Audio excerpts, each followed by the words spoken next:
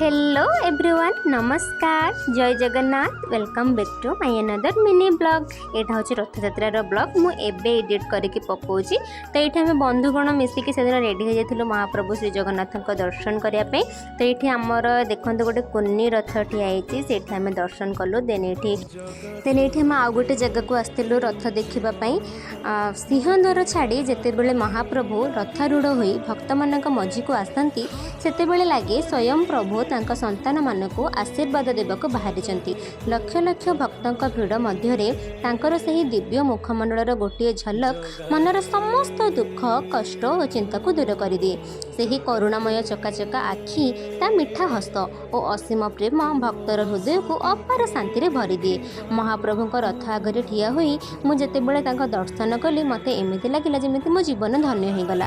तांकर असीम कृपा और दया समस्त उपरे एमती सदा सर्वदा रही था। मो भिडियोटी जदि आपण मानक भल लगी थाए और जगन्नाथों मो भिडियोटी को टिके लाइक कर दिंतु और जदि यूट्यूब रे देखुछन सब्सक्राइब कर देबे, जदि इंस्टा देखुछन फॉलो कर देबे। रहिले नमस्कार जय जगन्नाथ। देखा आपण मानक सहित नेक्स्ट मिनी ब्लॉग रे।